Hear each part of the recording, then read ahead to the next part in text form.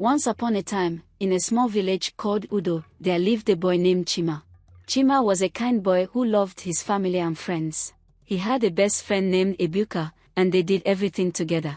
They played in the fields, went to the river to fish, and helped their parents with chores. Chima's father, Okeke, was a hunter, and his mother, Ada, made beautiful baskets that she sold in the market. One day, a girl named Amaka moved into the village with her family. She was beautiful, with bright eyes and a smile that could light up the room. Chima and Ebuka both liked her, but only Chima was brave enough to speak to her. They quickly became friends, and soon, Chima began to care for her more than just as a friend. Ebuka noticed this and started feeling jealous, but he did not say anything. As time went on, Ebuka's jealousy grew.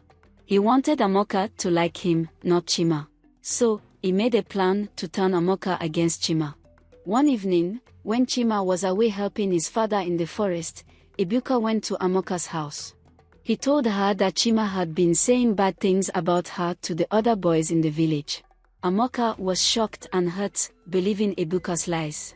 The next day, when Chima went to visit Amaka, she refused to talk to him.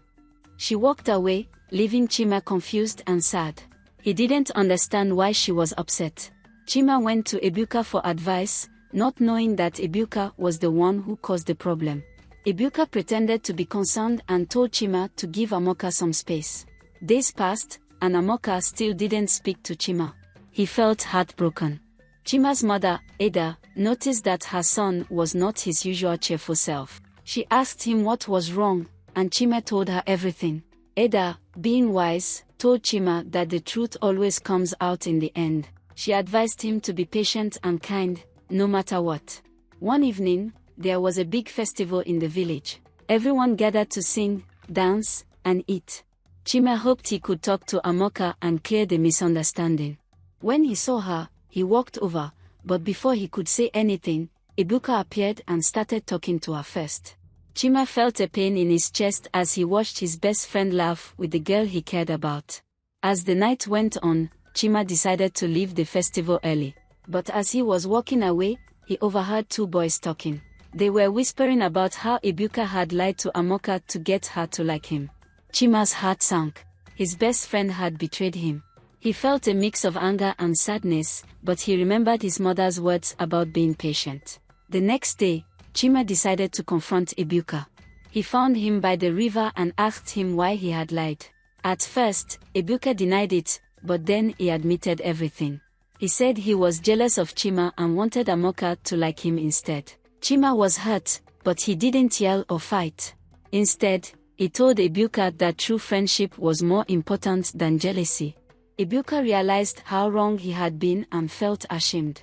Ebuka went to Amaka and told her the truth about his lies. Amaka was angry at first, but then she forgave him.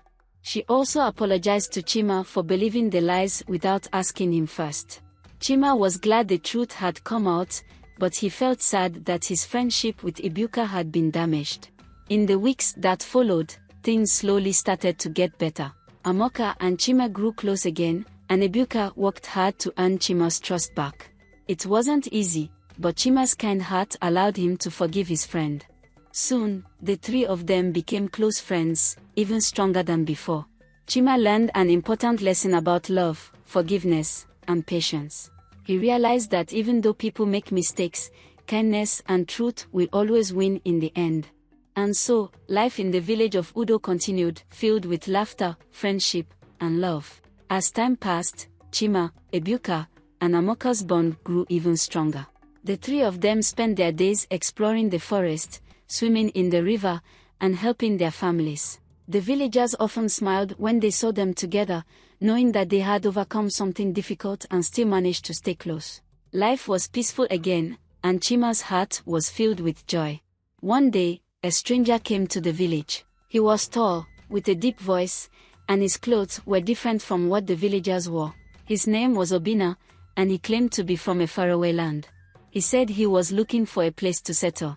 The village welcomed him with open arms, and he quickly became friends with everyone, including Chima, Ebuka, and Amaka. Obinna was strong and skilled in many things.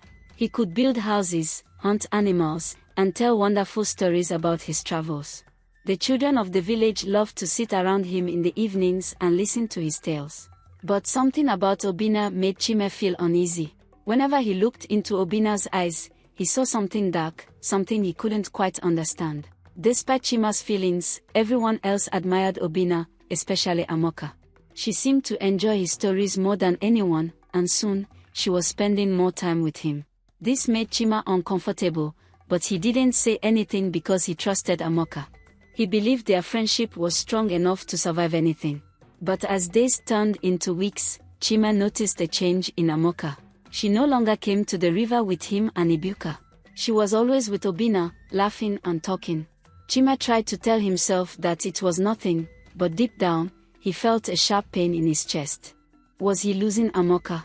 One evening, as the sun was setting, Chima decided to talk to Amaka. He went to her house, but she wasn't there. Instead, he found her by the river, sitting with Obinna. They were talking softly, and when they saw Chima, they stopped. Chima felt his heart race, but he gathered his courage and asked to speak to Amaka alone. Amaka looked surprised, but she agreed. Obinna smiled and walked away, leaving them by the water. Chima asked Amaka why she had been avoiding him and Ebuka. Amaka sighed and told him that she hadn't realized she was doing that. She said that Obinna was different, interesting, and she liked learning new things from him. Chima felt a lump in his throat. He told Amaka that he missed their friendship, that things felt different now. Amaka smiled sadly and told Chima that she still cared about him, but maybe things were changing. People change, she said, and maybe it was time for them to grow apart. Chima walked home with a heavy heart. He didn't want to lose Amaka, but he didn't know what to do. That night, he couldn't sleep. He kept thinking about Obinna and how everything had changed since he came to the village. Something didn't feel right, but Chima didn't know how to explain it. The next morning, Chima decided to talk to Ebuka about his worries. He found Ebuka working in the field with his father. When he told him everything, Ebuka's face grew serious. Ebuka had also noticed the change in Amaka, but he hadn't said anything because he thought Chima didn't mind.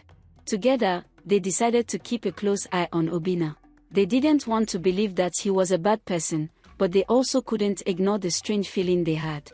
Something wasn't right, and they needed to find out what. Over the next few days, Chima and Ebuka watched Obinna carefully. They noticed that he always seemed to know more than he let on. He spoke kindly to everyone, but there was a sly look in his eyes when no one was watching. The villagers still loved him, and Amaka was always by his side, but Chima and Ebuka grew more worried with each passing day. One evening, the village held a gathering to celebrate the harvest. There was singing, dancing, and plenty of food. Obinna told his usual stories, making the villagers laugh and cheer. But Chima couldn't shake the uneasy feeling in his stomach. He whispered to Ebuka that something was wrong, but Ebuka shrugged and said they needed to wait for the right moment. Later that night, when most of the villagers had gone to sleep, Chima and Ebuka decided to follow Obinna. They watched him as he walked towards the forest, away from the village. Quietly, they trailed behind, careful not to be seen. Obinna moved quickly, and soon he reached a clearing deep in the woods. There, under the moonlight, they saw him talking to someone, another stranger, dressed in dark clothes. Chima and Ebuka hid behind a tree, their hearts pounding. They listened closely to the conversation and heard the stranger call Obinna by a different name. It was then that they realized the truth. Obinna was not who he said he was. He had come to the village with a plan to take something precious. The stranger spoke of gold hidden in the village, a treasure that only the elders knew about. Chima's heart raced. He had to do something. But before he could act, he heard a twig snap behind him. He turned quickly and saw Amaka standing there, her eyes wide with shock. She had followed them and heard everything. Chima motioned for her to stay quiet, but it was too late. Obinna had heard the noise too. Obinna and the stranger turned toward the sound. Chima, Ebuka, and Amaka froze. Obinna's eyes narrowed as he spotted them hiding behind the tree. He stepped forward, his face no longer kind but filled with anger. "So, you've been spying on me," he said, his voice cold. Chima stood tall, trying to hide his fear. "We know the truth, Obinna. You've been lying to everyone. You're not here to help the village, you're here to steal from us. Amaka's eyes filled with tears. She couldn't believe she had trusted Obinna, spent so much time with him, and even pushed her friends away because of him. Obinna sneered, taking a step closer. You children think you can stop me. You're too late. By morning, the treasure will be gone, and no one will ever know what happened. Chima's mind raced. He had to think fast. He whispered to Ebuka to run back to the village and get help while he and Amaka kept Obinna distracted. Ebuka nodded and dashed into the darkness before Obinna could stop him. Now it was just Chima and Amaka, standing face to face with a dangerous man. Obinna laughed, thinking they had no chance. But Chima knew something Obinna didn't. The village was built on trust and love, and that was more powerful than any treasure. You may think you're strong, Chima said, but you don't belong here. This village is our home, and we'll protect it. Just then, the sound of voices filled the air. Ebuka had returned with the village elders and several strong men. Obinna's face paled as he realized he had been outsmarted. He tried to run, but the villagers surrounded him, and the stranger with him was caught as well. The village elders were shocked to learn the truth about Obinna, but they were proud of Chima, Ebuka, and Amaka for their bravery. The hidden treasure was safe, and Obinna was sent away, never to return. Amaka, filled with guilt for trusting Obinna, apologized to Chima and Ebuka. They forgave her, knowing that they had all learned an important lesson. From that day on, Chima, Ebuka, and Amaka's friendship grew even stronger. They knew that true friends stood by each other, even in the face of danger. The village celebrated their bravery, and life returned to normal. But Chima would never forget the lesson he had learned. Trust, love, and truth would always triumph over lies and betrayal. And so, the village of Udo remained a place of peace and harmony, where friendship and love were valued above all else. Thank you for watching. Please like, comment, and subscribe to our channel if you want to see more of this kind of interesting stories. See you in the next video.